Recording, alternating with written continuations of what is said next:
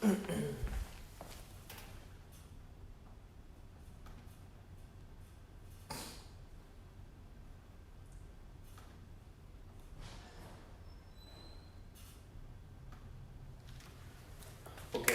what's up everybody? It's your boy Delano, the collegiate entrepreneur. I'm here today, going to be doing on my part 2 series on how to wholesale real estate and make $1,500 to $5,000 extra per month. Before I do that, I wanted to give a quick shout out to my dad because today is his birthday. So if y'all are watching right now, comment below, say happy birthday George. He turned 61 today. He's my mentor, my inspiration, and he's helped me through everything that I've been through in my life. So today I'm going to be talking about, part 2, wholesaling real estate, making $1,500 to $5,000 per month, and this is part 2. So if you haven't saw part 1, I actually put it on my YouTube channel. After I'm done with this video, I'll drop a link below in the comments so that way you could go back to it, so that way you could kind of understand everything that I was talking about from before. So today I'm going to be talking about getting leads, marketing to the buyers, and the assignment contracts. So last week I kind of went through the process on, what wholesaling is, how to wholesale real estate with little to no money, and we're going to be talking about getting leads now. So last week I talked about how to approach sellers and how to be able to utilize their problem, their situation, in order to benefit the investor while also helping the seller as well by giving them the answer to their financial needs or whatever distress that they may be experiencing. So getting leads, right? So the first thing that you want to do to get leads, there's a couple different ways. And in my business, I do a couple different things to find leads, but these are probably some of the top, I'd probably say top 5 I'll name right here on how to get the best quality leads and how to be able to find the sellers so that way you can market to them and reach out to them and also give the cash buyers the houses that they need, right? So the number 1 way right here in my business is cold calling, okay? And what cold calling is, you probably experienced this. Somebody's probably called you before offering a product or service. You didn't know who they were, you didn't know what company they were with, and they called you saying, hey, we're offering this, we're doing this, right? So similar to what we're doing in our company, we're going to be calling motivated and distressed sellers, and we're going to be telling them, hey, we're investors in the Fayetteville area. We're investors in the Raleigh market. We're investors in Virginia, Colorado, anywhere in the United States. And we're going to be saying, hey, we saw this property. We wanted to see if we can make you a cash offer on the property. So that's the first thing. That's the first marketing method, cold calling. You want to call and you want to make an offer or say that you want to make an offer on the house, right? So make an offer. Okay.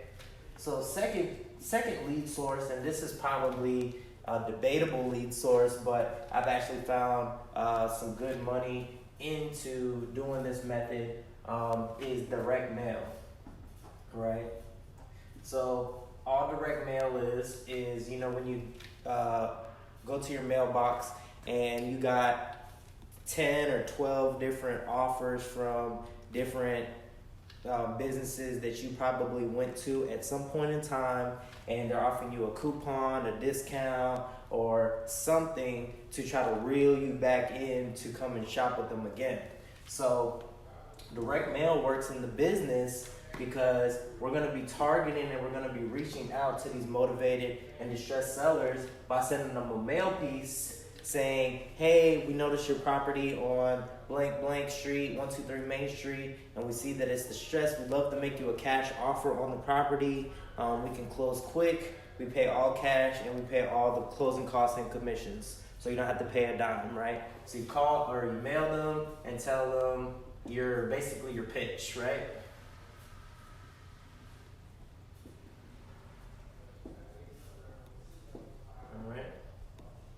So let me go back to the first source, right? So you're probably wondering, like, all right, well, you're saying cold calling, you're saying direct mail, but how exactly are you getting these leads, right? So the best way to find a lead is there's a couple different ways, right? So we have some websites that we can go to find these motivated distress sellers. One of the websites is blisssource.com,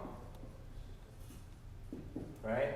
So you on listsource.com, you can actually filter through the specific distress sellers, and they're actually getting these from all the county accessed websites and all the public information that's available to the public, and they're going to be selling them for, let's say, 5 cents per lead, 8 cents per lead, whatever the case may be, right? So you can get a record of 2,000 for 8 cents per lead, right?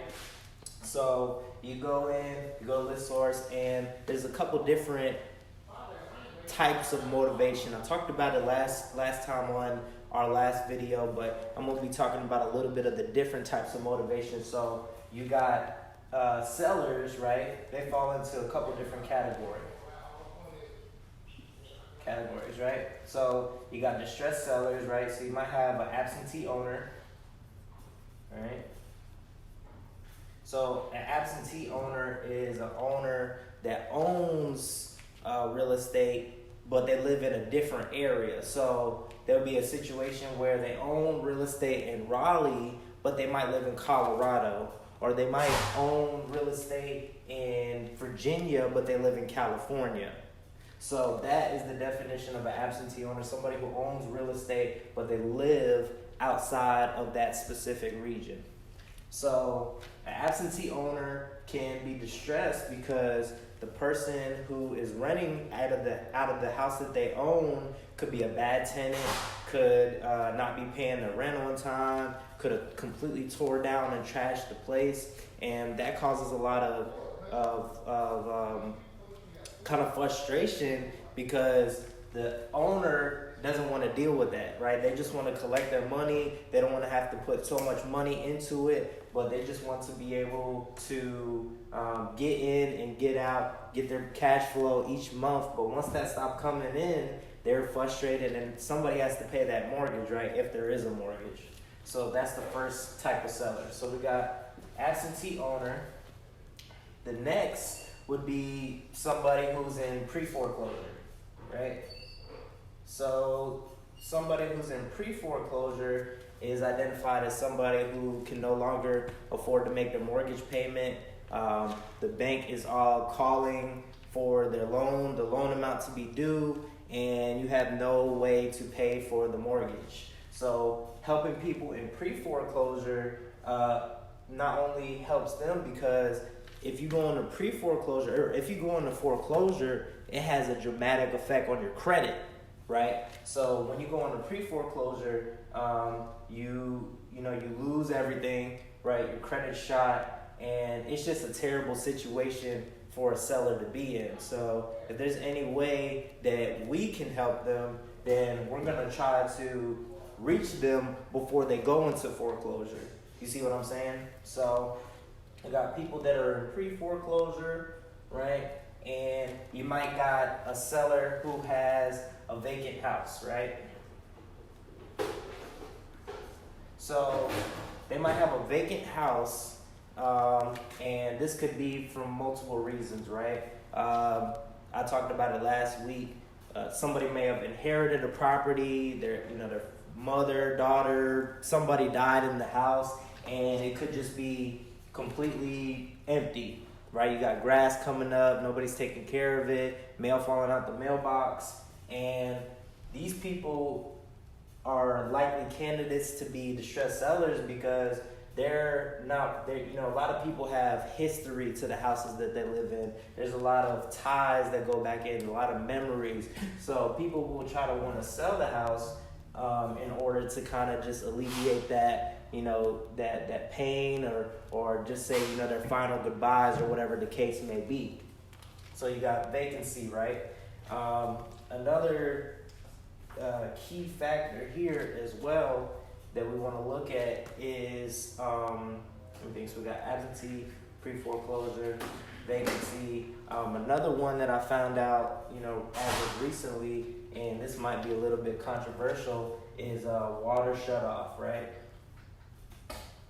So this is kind of a little relevant topic here because some people will not be able to pay their water bill, or they might not be able to afford their utilities, and you can actually get the public records of people who have not been able to pay their water bill, because more than likely, if they're not paying their water bill, they're more than likely not paying their mortgage either. So it's an unfortunate situation. We know that. It's an unfortunate situation that happens. However, we're able to probably help these people from, like I said before, going into pre-foreclosure and having their credit ruined or their credit shot, right? So a couple different motivational factors that have a lot to do with what classifies as a seller, but I'll go more into depth from that on another video. But I wanted to go back here to the getting the leads, right? So you got blisssource.com, you got findmotivatedsellers.com.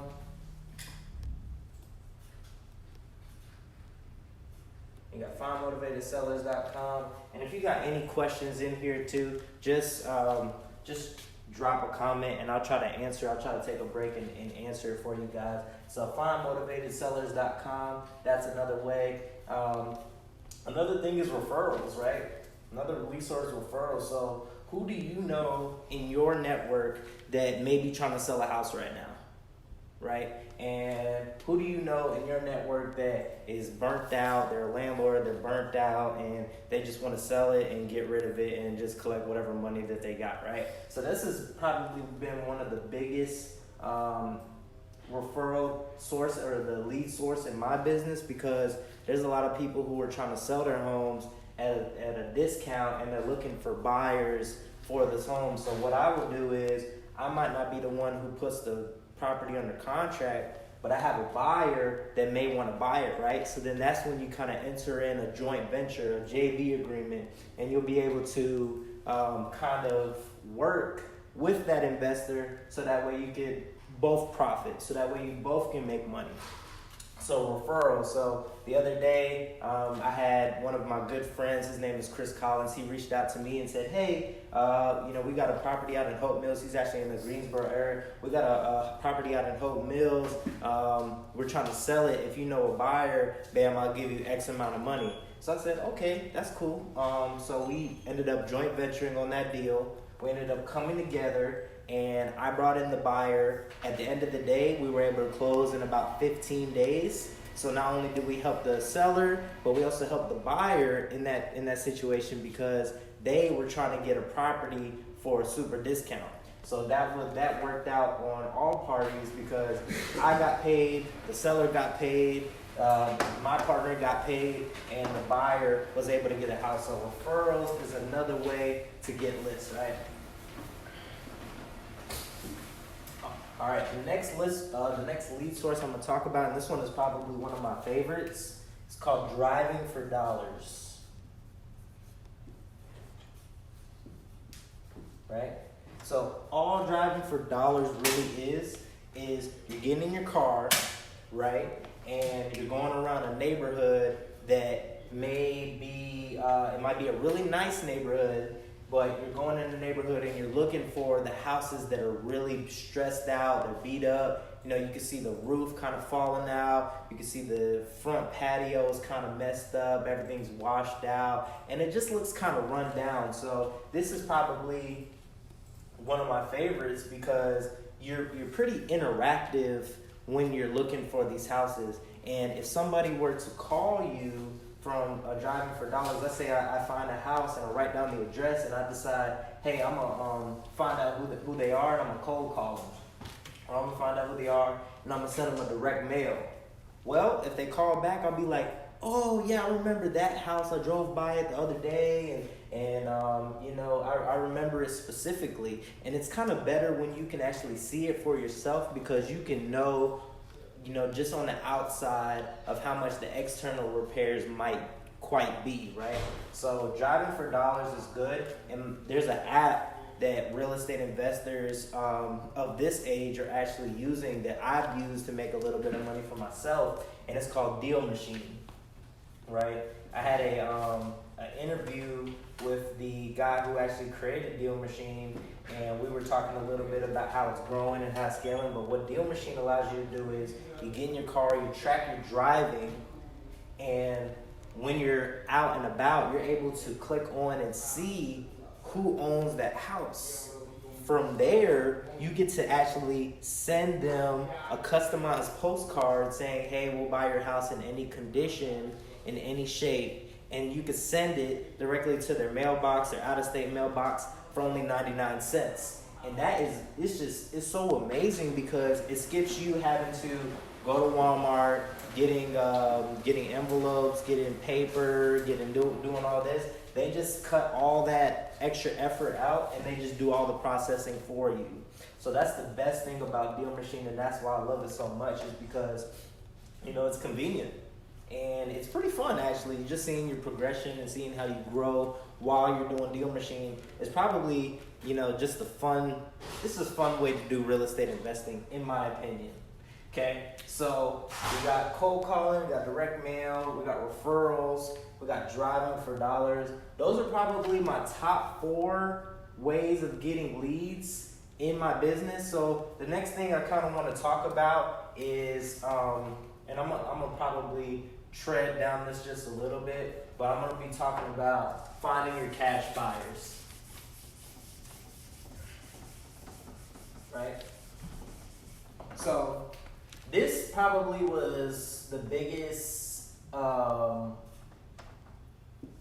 struggle I had when I first started real estate investing, was finding my buyers, because my parents do real estate, and I was trying to figure out, okay, how can I find other people who are buying houses in different regions, in different areas, in different locations.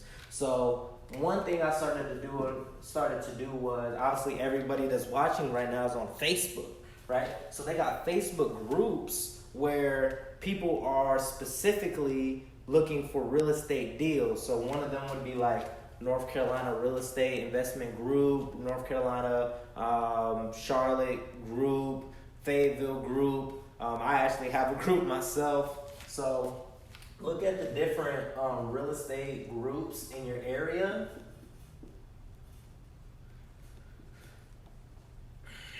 All right, so so on Facebook. All right. So look at the different real estate groups on Facebook. The next way to find cash buyers, and similar to how we were able to find leads, was finding the referrals, right?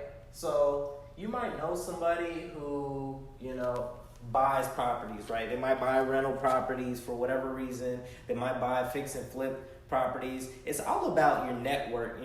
They say your network is your net worth. So, and that's really true, because the more people that you can find that buys houses, those are the people that are paying you. So you find those people, those are the people that are going to be paying you. So go up, next time you see that person that buys real estate or buys rental properties, just ask them a few questions. Like ask them, what kind of houses do you like to buy, right?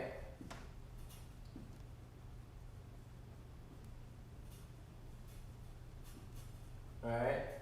And they might say 3-bed, 2-bath, 1,100 square feet. They might buy multi-family homes. They might buy quadplexes, duplexes. They might buy apartments. Whatever the case may be, you want to find out what their criteria is. And you want to kind of work your way backwards, because the minute you find out what they need, bam, next time you come across something, you're like, oh, okay, my friend Jared buys this kind of houses. My friend Cynthia buys these kind of houses. My friend Ralph buys these kind of houses. And that way you'll be able to better serve them and not waste each other's time, because you're like, all right, well, I have this. This is what you said you had. I got a 3-bed, 2-bath, 1,100 square feet. That's all that you said that you like, around this price point. And if they don't buy, then I'm not sure if they're serious, or they might not have the capital enough, whatever the case may be. But you're able to determine how you can how you can be able to best serve them. right? So referrals is a really huge source. Another way, and this is a way that I've actually used recently, right? So I talked about last week on how to comp properties and how to find comparable sales, right? So whatever the house that you have or whatever the house that you're looking for in that market, go on Zillow.com, right? So go to Zillow.com and whatever zip code that you're trying to look at, right? Look at the houses that sold in that zip code, and then you want to go and find the agent for the house that sold the house, right? So go to the agent, right? And that's the biggest way to do it, because you go on Zillow and you have a house in this specific zip code, right? You find the agent who sold the house, call them up and be like, hey, I'm looking to find more cash buyers in this area. I come across a lot of real estate properties, and they'll be able to help you out because they'll bring you a buyer, and the buyer pays them for bringing them houses, right? So you don't have to pay them really essentially anything, because the buyer is going to end up paying them for the property that you bring to the table. So go to Zillow.com, look at the zip codes, find the comparable houses. There's a section where it's like sold, so recently sold in the past 12 months.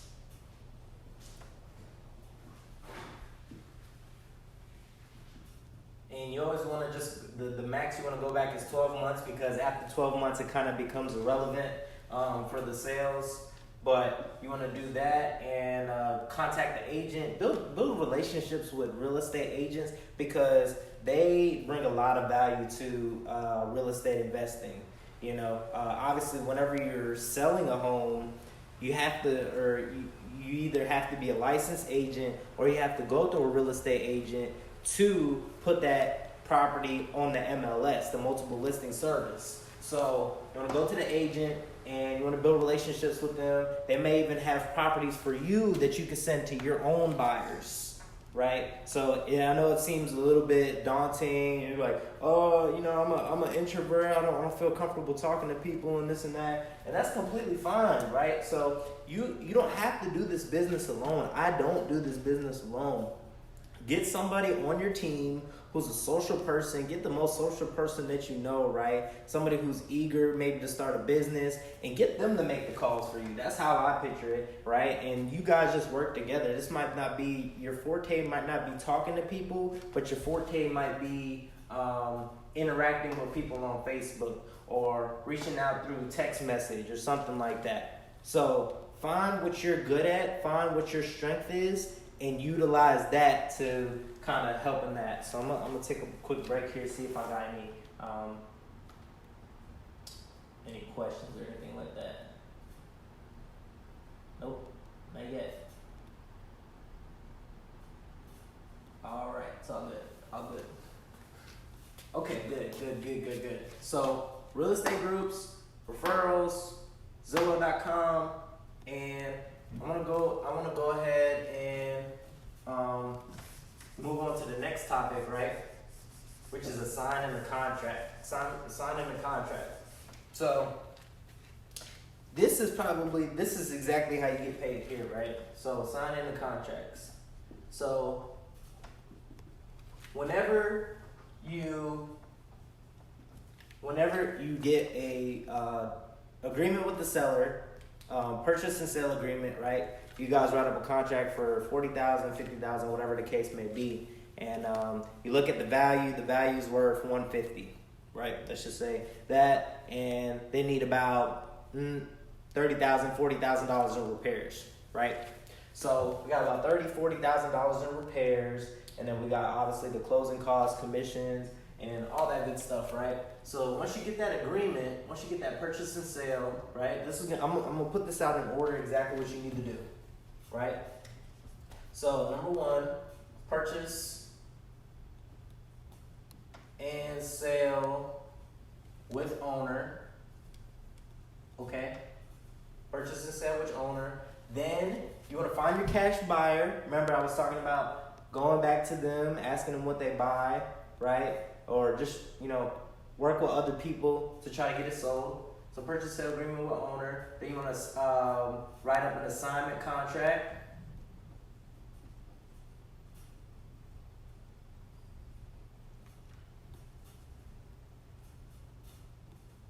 And in this assignment contract, you want to specifically lay out, okay, how much is your assignment fee going to be?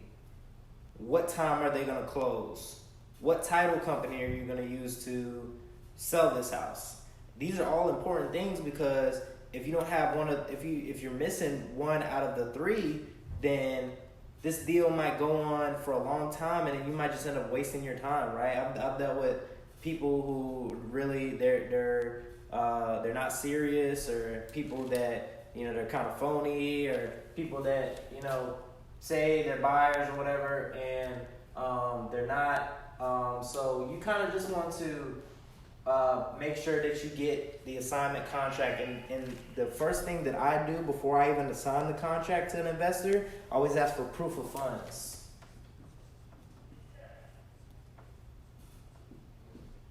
And proof of funds is where you ask an investor, hey, can you show me that you have the capital to purchase this property? Because if not, then they're not a serious buyer, right? So they got to be able to show you a bank account. If they're using a lender, they got to be able to show you using a lending, institution to buy the property, whatever the case may be, right? So you want to get the proof of funds. Then you want to get the timeline that you're going to close, right? So if it's a seller that needs 30 days to close, put the contract for 30 days, right? So it would be 30, 60, 90 days. I don't like to have my contracts out that long because that's just money just sitting there, right? So 30, 60, I actually, if normally max is 30 days, but I typically do like 14 days, and the fastest I've ever closed was 6 days, right?